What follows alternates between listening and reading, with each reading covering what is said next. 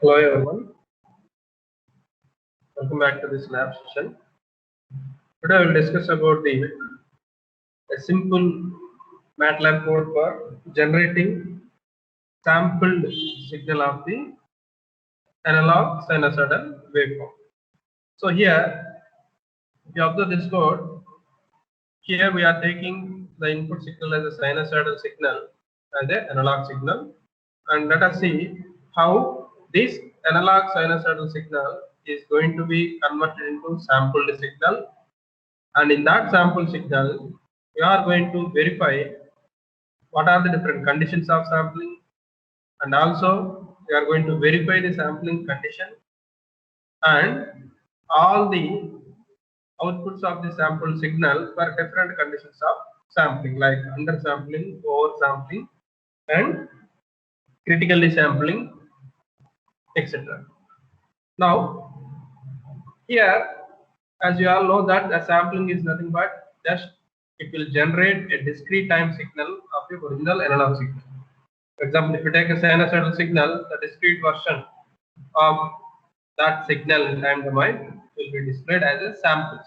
So each sample will be displayed as a is like a delta function, okay, or one impulse for every sampling time interval. Now, let us see how you are considering the input signal and how the sample signal is obtained. Here, let us observe this. The first thing,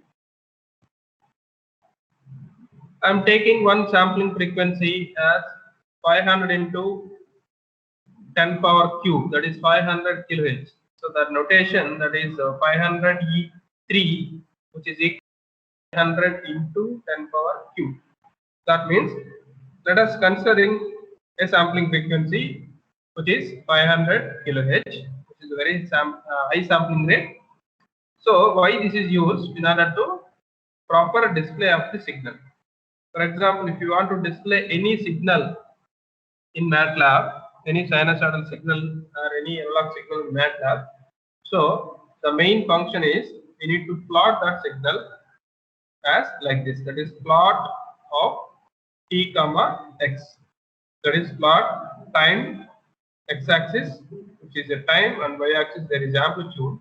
So you should write like plot of x-axis parameter comma y-axis parameter. So here for a sinusoidal signal which is depending on time, that is a time domain signal, so plot of t comma x, where x is equal to sine of 2 pi fct or 2 pi ft simply. Okay. So, in order to display this plot of this sinusoidal signal, you must represent the time axis of the sinusoidal signal before displaying this. Here, what is the t? Generally, the t should be represented as like this notation, starting from 0 and varied in the interval to the last value. This is what the general representation. Okay. So just I am clarifying you like this. So time axis of that sinusoidal signal will vary from 0 to 100 in the interval of 0.1. That means for each interval, the time axis is varied from 0, 0.1, 0.2, 0.3, 0.4, and so on up to 100. Many time references or time intervals are there in the input signal time axis. So this must be selected based on the frequency of the input signal, based on the frequency of the input signal and how many number of cycles we need to have. For example, here in our case, we are considering the practical values of sinusoidal frequencies. Okay, but in general, in any MATLAB examples, generally we take f is equal to 100 or f is equal to 10 like that. But in practical uses, generally frequency values of any voice signals or any audio signals or maybe any other electromagnetic signals are having some frequencies in terms of kilohertz, 10 kilohertz, 30 kilohertz, 40 kilohertz, 100 kilohertz, something like that. So that's why, since the frequency of the input signal, frequency of the input sinusoidal signal is considering as 10 into 10 cube, that is 10 kilohertz. This is what 10 kilohertz of input signal frequency. So let us consider 10 kilohertz is the input signal frequency. Let us take that as f. So since signal frequency is 10 into 10 cube, that is 10,000 units. So based on the 10,000 units, we need to divide the time axis as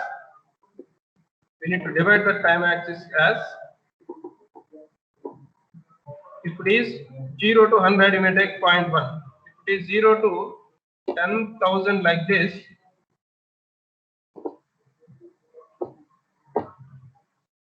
0 to 10,000 like this, something is more than like this, then this interval must be very, very small like this. That's why, in order to represent like this, here I am taking a notation that, so let us consider n equal to 5, that is the number of cycles we need to generate in the output. You can take this any number. Suppose, for example, here I am taking 5 cycles to display in the waveform. So the time axis is represented as, it is starting from 0 like this, and ending value, the last value is like this, that is n by f, n into 1 by f. That means number of cycles, that is 5 by the frequency of the input signal, that is 10 kilohertz or 10 into 10 cube. See here why I am taking this 5 by 10 into 10 cube means we need to restrict the total number of cycles of the sinusoidal waveform within 5 cycles only. That's why we need to divide this 5 by, that is n by f. And how this is changed in the interval space is must be as low as possible in order to perfectly display the sinusoidal waveform. So that's why that is selected as 1 by fs, where fs is taken as 500 into 10 cube, which is very high. So 1 by this 500 into 10 cube is very, very less. So if you take this time interval as low as possible, then we can able to perfectly display the sinusoidal signal. For example, if you observe this, if you plot this waveform, for example, here I am commenting the remaining code and try to observe only that one. Okay, here I am going to observe only this input sinusoidal signal, that is plot of t comma x. So I am giving the title as sinusoidal signal, x axis time, y axis amplitude. So let me display this. This is what the sinusoidal signal, amplitude, time, continuous sinusoidal signal as the input signal, and the x-axis is in the range of some value, that is 6 or 5 into 10 power minus 4, because we have taken that 1 by fs, that is in terms of millisecond or microsecond. Next, why you need to understand why I am taking this interval as low as possible and this frequency as high as possible. For example, I am reducing this frequency up to 100. Then this will be also be increased. This is reduced, the time interval is going to be increased. Then you may not observe the perfect sinusoidal waveform. You can observe this. Clearly there will be some disturbances, right? This is not a perfect sinusoidal waveform. Similarly, if you reduce that up to 80, next, let us observe this. Again there will be some disturbance. If you reduce that to 50, then you can clearly observe there is a disturbance. So the sinusoidal waveform cannot be displayed perfectly if you don't select that time interval in the time axis as low as possible, depending on the maximum value of the frequency. Right? So that's why I am taking this as high as possible. Even if you select this 1000 also, it will be perfect. It will be perfect sinusoidal wave. So that's why select this time interval as low as possible, so that that inverse, that is frequency, must be as high as possible. So that is all about displaying the input signal waveform by using plot function based on x is equal to the input signal, that is sine of 2 pi of t, and t is the time axis which must be represented from lower limit to higher limit, based on this time interval. This time interval is selected based on this particular frequency. Okay. Anyway, we will change that sampling frequency later in order to observe different conditions. Now, let me uncomment this enter thing. Let us observe.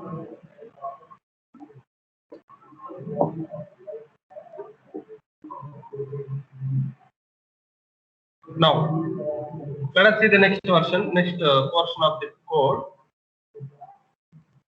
FS1. Here I am going to change the sampling frequency. FS1 is equal to 40 into 10 cube. 40 cube means 40 into 10 cube, that is nothing but 40 kilohertz sampling rate is selected. And again, to display the sampling frequency, again we need to change the time of this waveform. Okay, time and x, both these must be changed. So T for this particular sample signal is taken as T1 is equal to, again the same notation, 0, 1 by Fs.